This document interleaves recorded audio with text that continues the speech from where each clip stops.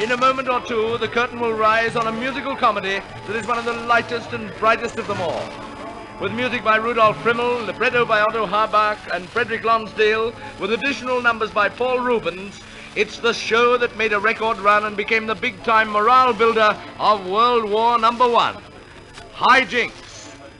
Stalls, gallery, boxes, and pit are crammed tight for tonight's gala performance.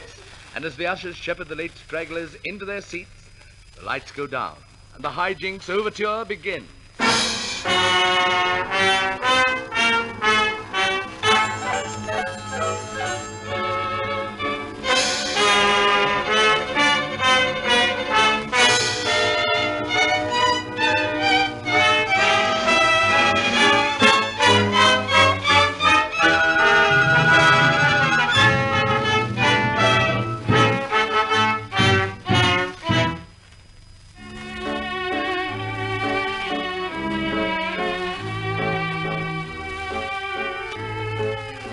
The applause subsides. Up goes the curtain, and we get our first glimpse of the sanatorium of Dr. Robert Thorne on the outskirts of Paris.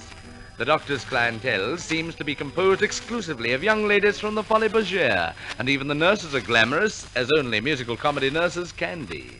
At the moment, the dapper little doctor is welcoming his old friend Dick Wayne, explorer and matinee idol, who has just returned from India with a magic potion he obtained from a friendly fakir.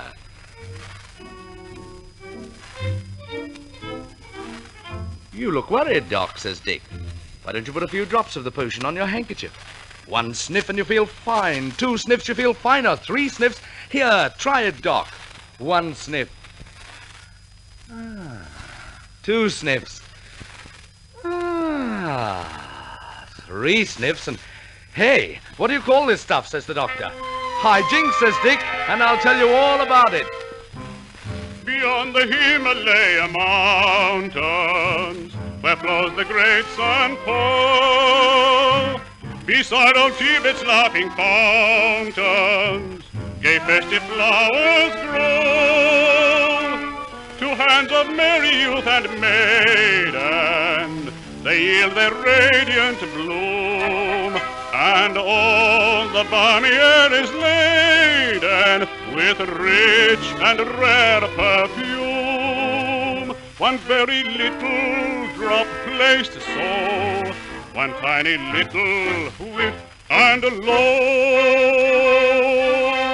something seems ting-a-ling-a-ling-a-ling-a-ling-a-ling, so queer here in your ear, near and near, like some strange mingling of jing-a-ling-a-ling-a-ling-a-lingles and tang-a-lang-a-lang-a-lang-a-langles. Why, you want to cry, you want to die, but all you do is laugh. Hi, hi, you've got the high jinks, that's why.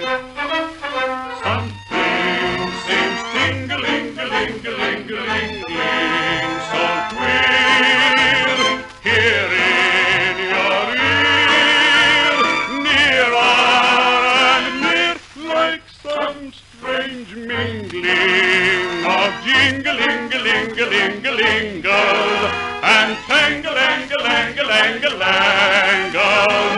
Why, you want to cry, you want to die, but all you do is laugh. Hi, hi, you've got the high jinks, that's why.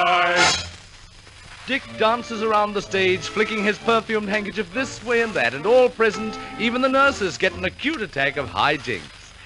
But business is business, and Dr. Thorne must attend to his patients. The first one we meet is Mr. Jim Jeffries, who's in bad shape because he's worried about his missing wife and daughter. When a mere boy, he married a touring actress called Adelaide, but they drifted. He hasn't heard of her since, except for a letter announcing the birth of their little girl. Little does Jim Jeffries suspect that Adelaide and her daughter are both patients of the doctor's.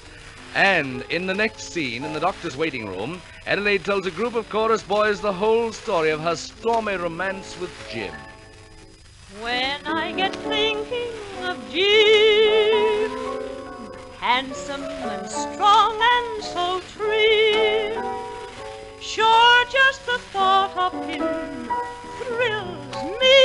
Sure, just the thought of him fills me full of dreams of those happy old days when in my eyes he would gaze. True love I vowed to him, I was so proud of him, my own Jim. Like a soldier, tall and captivating, broad of shoulder, fine and fascinating, that was Jim, my old Jim, gay and clever, glory be, and he was ever full of blarney from Killarney shore, my head would swim. When down the block he'd proudly stroll, his hat cocked on one side, oh Jim, Jim, 'tis no idle whim, you were some man, my Jim. Like a soldier, tall and captivating, broad of shoulder, fine and fascinating, that was Jim, my old Jim, gay and clever, glory be, and he was ever full of blarney from Killarney shore, my head would swim. When down the block he'd proudly stroll, his hat cocked on one side, oh Jim, Jim, 'tis no idle whim, you were some man, my Jim. But the shame of it. Adelaide lied to Jim about that daughter of hers, Sylvia. Sylvia is only an adopted child, not Jim's at all, and is now a star of the Folies Bergère, but sweet and innocent as a field of daisies. And it's only natural that she should fall in love with that long-legged leading man, Dick Wayne, and quite inevitable that the score should provide her with such a song as Love's Own Kiss. Feelings all unknown, what can they be? Suddenly to start my heart like a bird that must set free. How it calls to me. Can it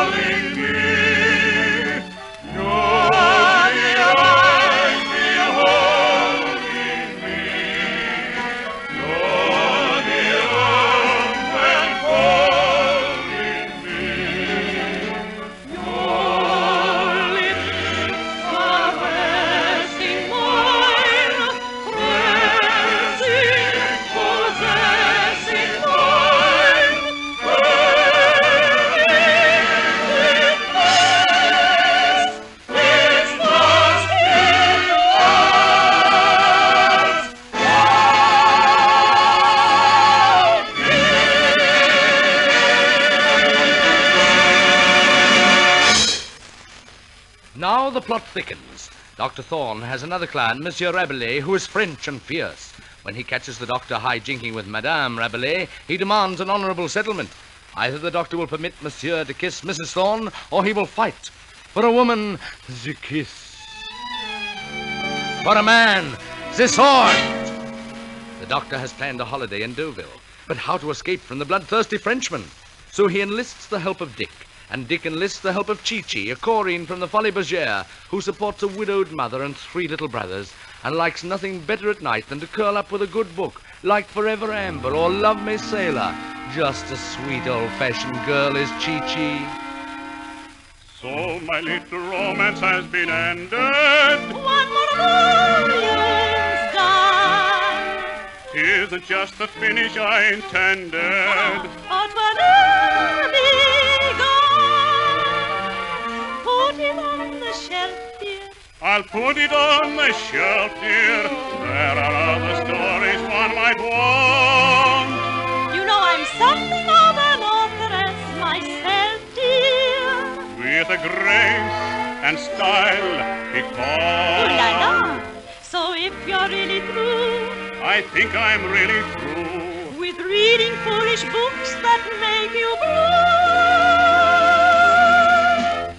Remember Chi-Chi, remember charming Chi-Chi, with fascinating ways and wiles that teach you to forget.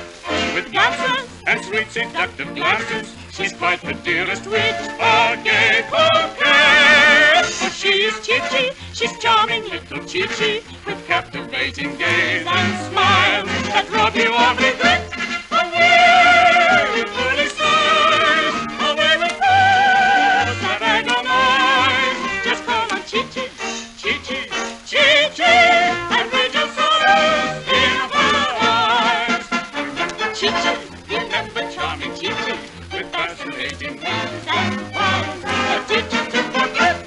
Glances And sweet seductive glances, she's quite the dearest witch, a gay coquette. For she is Chi-Chi, she's charming little Chi-Chi, with captivating gaze and smiles that rob you of regret. Away with pearly sighs, away with pearls that agonize. Just call on Chi-Chi, Chi-Chi, Chi-Chi, and read your sorrows in her eyes. Well, we've now got the doctor believing that he can only put Monsieur Rabelais off the scent by persuading Sylvia to masquerade in Deauville as his wife. His real wife he will send to Aachen instead. But unbeknown to him, Dick arranges for Chi-Chi to accompany the doctor to Deauville, which rather confuses the audience, but ensures that all the principals will have an excuse for being in Deauville for the next scene. The stage is now ablaze with striped awnings, umbrellas, and the international cocktail set, taking the sun on the plage at Deauville. The amorous Monsieur Rabelais, believing Sylvia to be the wife of Dr. Thorne, wastes no time in courting her, in American fashion. American fashion is best, he says. Perhaps the gentleman has something there. If you only were Parisian, my lady, if it were true, what would you do? there would be so many little things to aid me. Oh, isn't so? Pray let me know. Some pretty little flowers or a poem. Pretty flowers I adore. But gentlemen Americans don't grow 'em. Their faith is in the jewelry store. Ah, have you any more? And if more there be, have you not a little love that you could promise me? I cannot answer now, but later, maybe later. Your pleading is not all in vain, but won't you call again? I would not say that I refuse you, would lose you. My plan is better, not now, maybe later. That's Conchita American.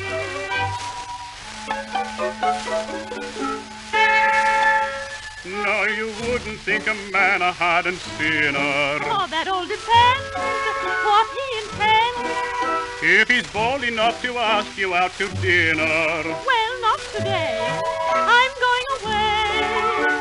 And would you mind to tell me where you're going? We go to Paris, that is true.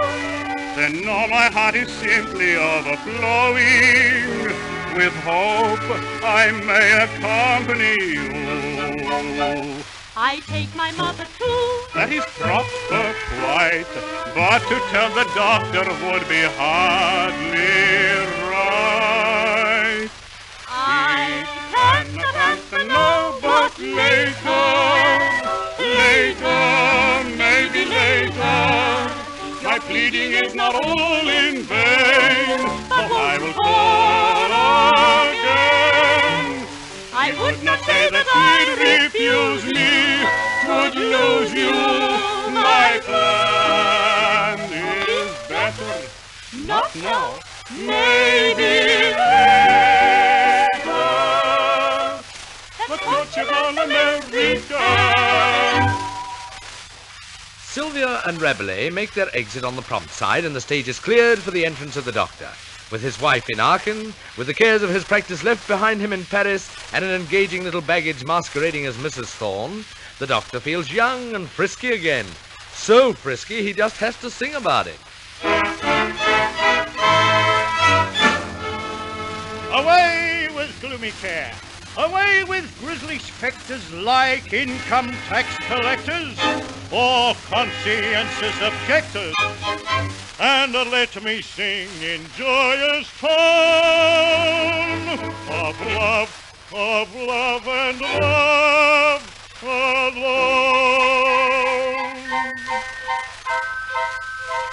Love at your heart comes knocking with such a soft rat-a-tat.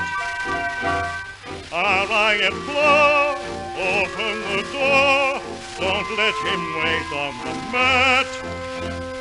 Love like the vacuum cleaner comes in the spring, sure enough. Then he will start to sweep out your heart, just out of 2 bits of love. Tra-la-la, tra-la-la, 1 or 2 bits of fluff. What is life without love? Tra-la-la. What is life without love? Tell me, please. What is pork without crackling? What is duck without peas? What's a future without any hope? What's a bathroom without any soap? Oh, life's like a pearl with a flaw. Tra-la-la, tra-la-la, tra-la-la. It's like Churchill, Mr. Churchill. It's like Churchill without a cigar. Tra-la-la. And now, at long last, Adelaide and Jim Jeffries meet. Fearing to tell her husband the truth about her adopted daughter Sylvia, she's been dodging Jim for 3 whole acts, but fate has caught up with her at last. Looks like ready money. It does look like ready money. By Jove, it's a beauty. He's got physique and style to boot. Certainly the honey. He looks this way. She's got a manner very gay. I think I'll try a little cough. By Jove, is that for me? Or better still, live and love. She acts invitingly. I think it's time he got a look. She's sure some widow wise. I think I've got him on the hook. Our invitation eyes. Come hither, she says it with her eyes. She does not vocalize, but you can recognize just as plain. Come hither, she seems to specialize in sending tireless jobs by wireless, all with her eyes. Come hither, she says it with her eyes. She does not vocalize, but you can recognize just as plain. come hither, Come and help a man despise those enterprising, tantalizing. Come hither, she says it with her eyes. She does not vocalize, but you can recognize just as plain. Come hither, despise those I am gone on, you old Don Juan. Come hither, come hither, she says it with her eyes. She does not vocalize, but you can recognize just as plain. Come hither, sure any man might rise. Those agitating, I'll be waiting. Come hither, Things are working up now to a wild climax. Mrs. Thorne, whom the doctor believes to be well away in Aachen, arrives at Deauville to find her husband apparently living the full, free life with Sylvia. Sylvia, too, has jumped to conclusions about Dick and Chi-Chi, and it takes an awful lot of muted strings, soft lights, and hand-holdings to pacify all parties. But Sylvia relents, Mrs. Thorne relents, everybody relents. And just to give the audience the right idea about Folies Bergère personnel and to send them home happy, Chi-Chi makes a grand entrance blowing not kisses, but bubbles.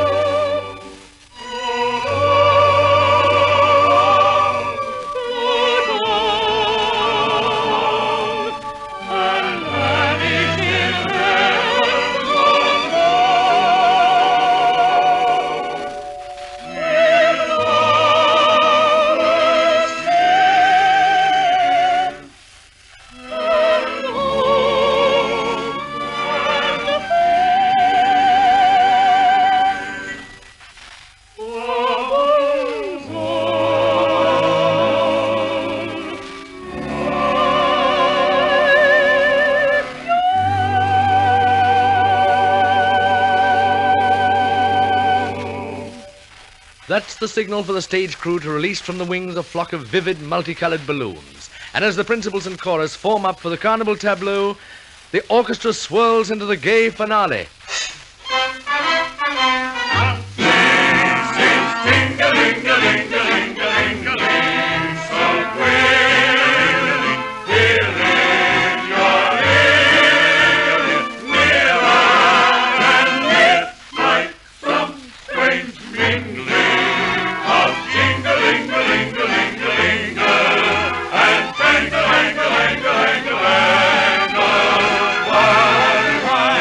Right.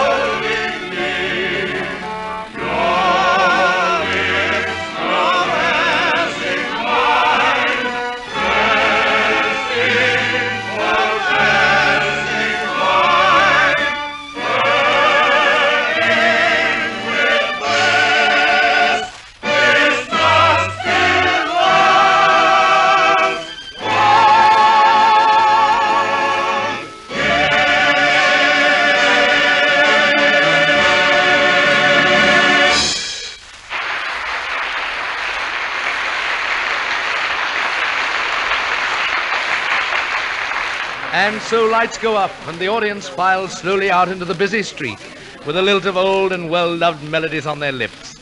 Behind them, the doors quietly close for another night on the musical comedy theater.